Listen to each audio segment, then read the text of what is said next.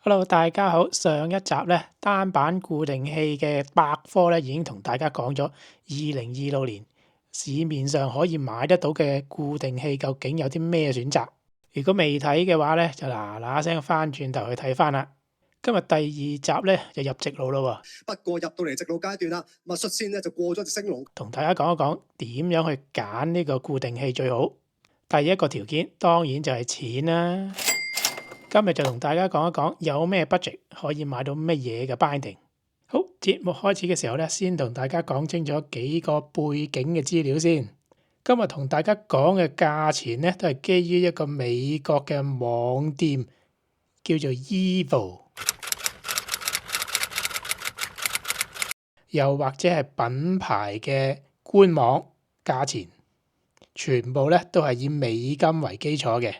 為咗確保嗰個可比較性咧，我哋係只係會以正價嚟去比較，唔會考慮減價啦。大減價，大減價，你阿媽大減價，益你阿爸，或者係二手嘅價錢。特別係要注意嘅咧，我哋講嘅幾款 binding 當中咧，有兩款咧係硬鞋嘅噃，一定要係啱佢 compatible 嘅 boot 咧，你先至可以着嘅。當中就係包括呢個 Step-on 啦，同埋 K2 嘅 clicker。咁所以你睇到個 binding 嘅價錢咧，只係 binding 嘅一部分啫噃，你仲要配埋對鞋嘅喎。所以咧，你考慮嘅時候咧，就要考慮埋對鞋嘅價錢咯噃。為咗讓大家咧更加清楚咁樣睇到嗰啲價錢嘅比較咧，我就準備咗一個圖表嘅。好啦，嗱，咁呢度呢個圖表咧，我就列出咗咧傳統 binding、Phase、Step-on、Supermatic、後入、K2、Clue 咁多隻，佢哋嘅最低啦同埋最高嘅價錢咧，就做咗個咁樣嘅圖表出嚟嘅。咁你大家睇到噶啦，最大個 range 嘅就係傳統嘅 binding 啦。咁 K2 同埋 Clue 咧，其實咧都係得一個價錢嘅啫。好啦，咁我哋就睇下唔同嘅 budget 有咩選擇啦噃。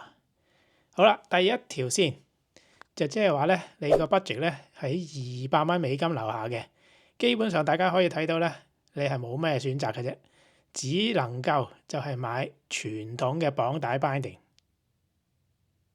嗱，而家大家見到呢個咧就係 Evo 上邊賣緊最平嘅一個傳統 binding， 149蚊美金。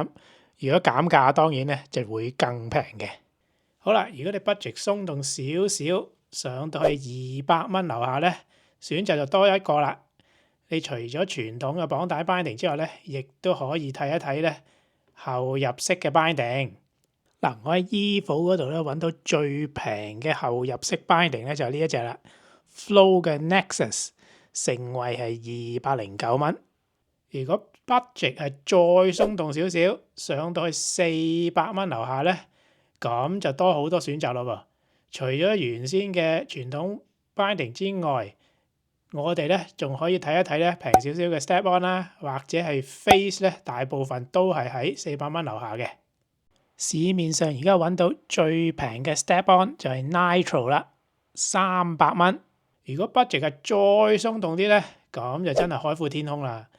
如果你個 budget 係500蚊樓下咧，基本上咧所有嘅 binding 咧你都可以考慮嘅，多咗 Supermatic， 多咗 Clue 啊，都可以諗。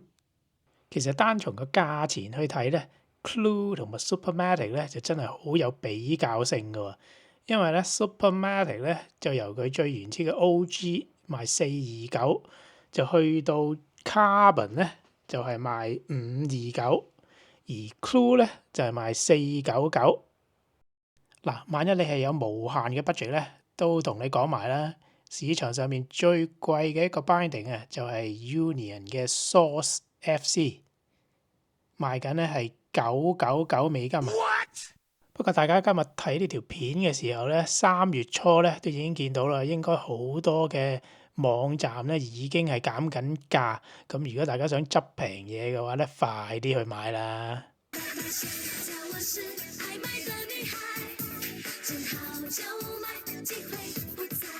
最後再提一提大家，如果未投票嘅，快啲去我 post 嗰度咧投你神聖嘅一票，選出你咧最心儀嘅一個 snowboard binding。